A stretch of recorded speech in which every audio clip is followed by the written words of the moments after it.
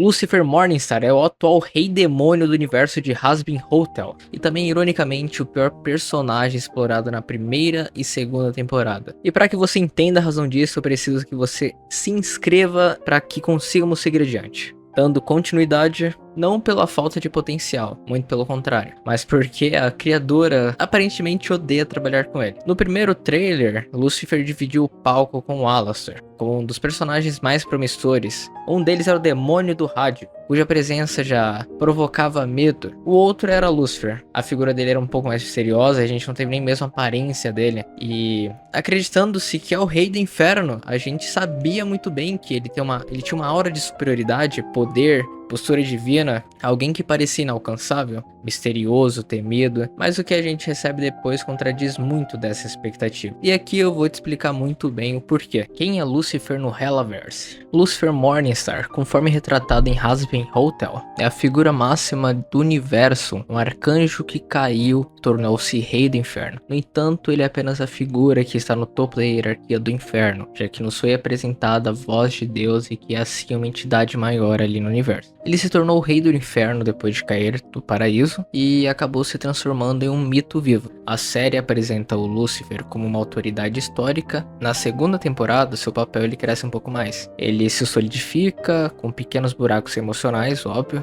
e a sua tentativa autoritária de resolver as coisas, que o enredo não pode ignorar. Em termos práticos, todo o conflito que acontece no inferno, seja dos vivos ao confronto com o céu, reflete sobre a posição que o Lúcifer ocupa. Agora, o que acontece com ele na primeira temporada? Na Season 1, Lúcifer tem um papel pequeno em tempo de tela, mas enorme em significado. O episódio Dead Beats Dead, também conhecido Pai Ausente, Pai Presente, que é onde o Alastor ele fica alfinetando ele frequentemente, é onde ele ganha corpo. Ele participa de uma sequência musical que é Hell's Greatest Dead e revela sua relação paternal com a Charlie. Ele tem um amor genuíno por ela, mas ele tem muita culpa e mentira. Na primeira temporada, ele funciona majoritariamente como um catalisador emocional. O público vê como o pai que quer ajudar, mas que já vem com muitas feridas antigas. As ações dele na primeira temporada deixam pistas de como ele tentou apoiar a Charlie. Ele demonstrou capacidade de influência política, que foi quando ele permitiu que a Charlie fosse conversar com o Adão,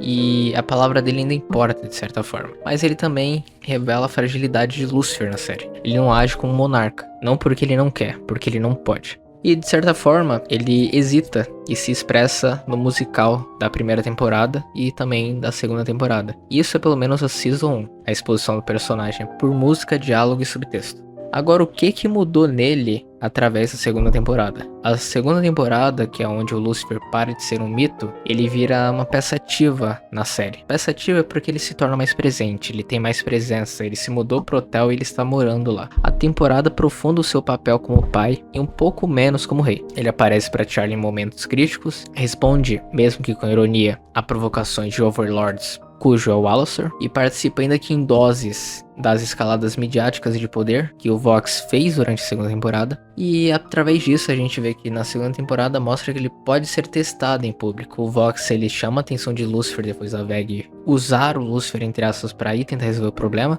e o Vox humilha ele. Em certas cenas a mídia questiona a autoridade dele, o clima sociopolítico do inferno obriga ele a fazer escolhas, mas ele não consegue, porque a punição dele é estar no inferno com pecadores sem poder tocá-los. E através daí ele recebe uma enxurrada de reclamações a Charlie, ele se retira dali extremamente magoado, e acaba que ele é usado pelo Vox no final pela arma. E bom, ao longo dessa temporada o Lucifer ele transita de tentar ser muito útil, ter uma proteção absurda pela Charlie. Em alguns momentos ele realmente age para proteger a Charlie politicamente, como eu mencionei antes, mas ele simplesmente tenta varrer os problemas e aí só acontece que dá mais problemas ainda.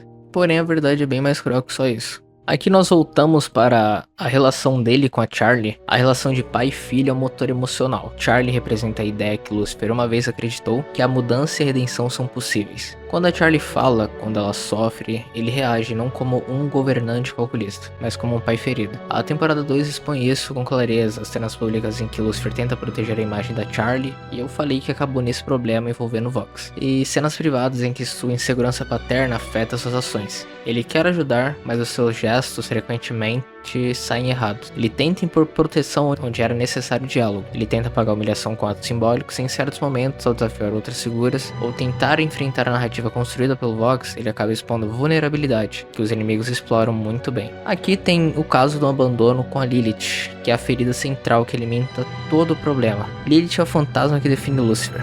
Canonicamente, sabemos que o casamento deles existiu e que agora a distância. É um pouco dramático, de certa forma. Essa separação alimenta a culpa que Lúcifer carrega. Na narrativa, Lilith é o que representa o passado que ele não consegue consertar. Perder o paraíso foi traumático, perder a intimidade com Lilith foi doloroso, e essa sequência estrutural de perdas cria nele um medo de repetição, medo de que Charlie também o abandone. E isso é o que inclui o medo de abandono de Lúcifer, apresentado muitas vezes no seriado, que é onde ele tenta ser frequentemente muito útil para a filha dele, para a pessoa que a filha dele confia, e nos planos que a Charlie tenta fazer na redenção dos pecadores. O seu poder absoluto e escolha de contenção. Este é um dos pontos mais ricos para a gente explicar. O Lúcifer, ele tem poder. Sim, ele tem um poder cósmico, ele é um arcanjo. Não é por ele ter caído do paraíso que ele é fraco. No entanto, ainda assim, ele quase sempre prefere a contenção. Por quê? Porque o uso desse poder seria equivalente a uma solução absoluta que não cura feridas. Destruir não repara a culpa. Mas também porque ele não pode fazer isso. Não contra pecadores, mas contra outros sim. Psicologicamente, a contenção funciona como autopunição. Ele nega a si mesmo o exercício completo de poder. E como medo, usar o poder pode reavivar a própria sensação de ser como Deus do qual se separou. É o que eu considero. Narrativamente, essa opção cria tensão. A gente não sabe bem quando vai ter ação com Lúcifer.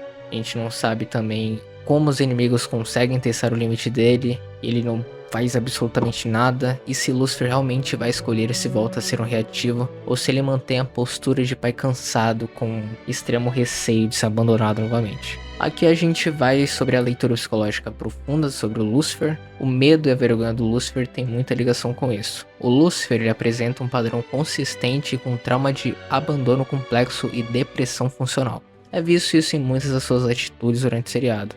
A queda do paraíso e o afastamento de Lilith criaram dois níveis de abandono. O cósmico, que é a perda do paraíso de seu pai, e o íntimo, que é a perda do afeto. Esses abandonos se somam e resultam em um.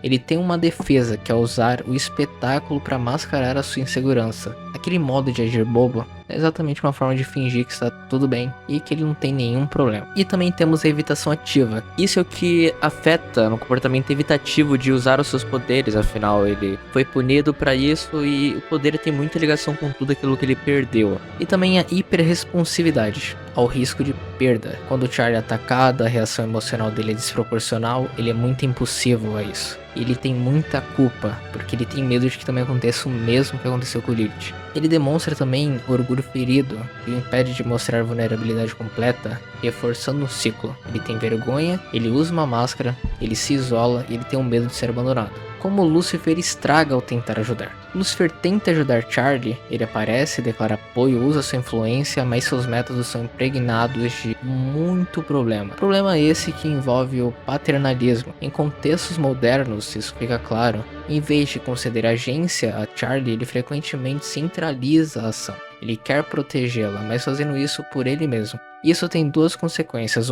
A mídia e os vice transformam o gesto em espetáculo e usam contra eles, que exatamente ele fez. O espetáculo é exatamente se aproveitar disso, fazer um show para os pecadores e mostrar o contrário, eles se aproveitarem da situação. E no 2 é que ao tentar controlar a narrativa, o Lúcifer revela que não confia na capacidade de Charlie de se defender, e isso diminui o impacto real de apoio. A relação do Lúcifer com Vox e o Alastor. A dinâmica entre Lúcifer e os outros grandes, que a gente tem mais contato dele sendo o Vox e o Alastor, fica um pouco mais constante na segunda temporada. O Vox ele tenta degradar o Lúcifer publicamente, porque ele sabe que o rei é vulnerável ao julgamento de imagem, e que ele também não pode fazer nada. Enquanto o Alastor representa um tipo diferente de ameaça. Ele é o predador teatral, que se alimenta do caos, e ele se diverte com o Lúcifer, mesmo sabendo que ele não vai fazer absolutamente nada contra ele. Afinal, essa é a punição dele. O Lúcifer nesse tabuleiro é uma peça de categoria diferente. Ele não entra no jogo, mas ele é o que entretém, porque ele responde com ironia ao recato, o que às vezes é lido como fraqueza, mas é bem isso.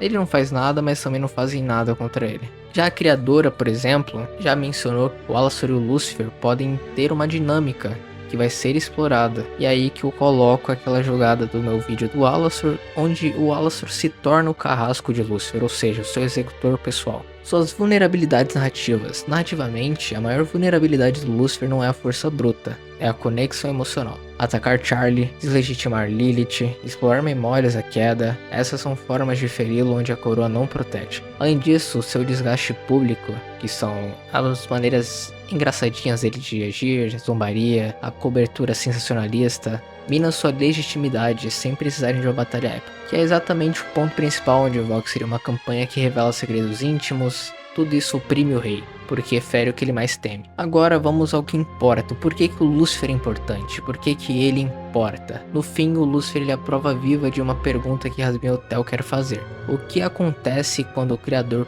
perde a fé em suas próprias criações e em si mesmo? Ele importa porque transforma a discussão do show, que poderia ser só sátira e caos referente ao inferno, ao céu, mas é muito contrário. Em um debate sobre responsabilidade, culpa e paternidade, a sua hesitação moral, suas atuações erradas por amor e seu medo de abandono tornam o personagem humano. O que leva a história de campanha política entre demônios para um drama humano. O Lúcifer é muito mal apresentado por conta das inúmeras correntes que colocaram sobre ele. Ele não pode agir contra pecadores, ele é ridicularizado, ele teve muita coisa em volta dele como se ele fosse um personagem imbatível, grandioso. Mas por mais que ele seja assim, é o que define o que ele é. Ele foi expulso do paraíso por conta de suas falhas, é o que define ele. Pela proximidade com os humanos em sermos falhas. No entanto, um ótimo personagem, e não me surpreende que seja de fato o rei do inferno. Bem importante ainda, eu e meu amigo decidimos fazer meio que 2 vídeos, ele sobre a Charlie Morningstar e eu sobre o Lúcifer, então dá uma olhada aí na descrição que vai estar a parte dele sobre a Charlie. E por aqui eu vou me despedindo e finalizar esse vídeo. Não se esqueça de se inscrever e dar um like. E bom, se você tem o interesse de sugerir algum personagem ou alguma série para mim introduzir aqui no canal, sinta-se à vontade para comentar. É isso e tchau, tchau.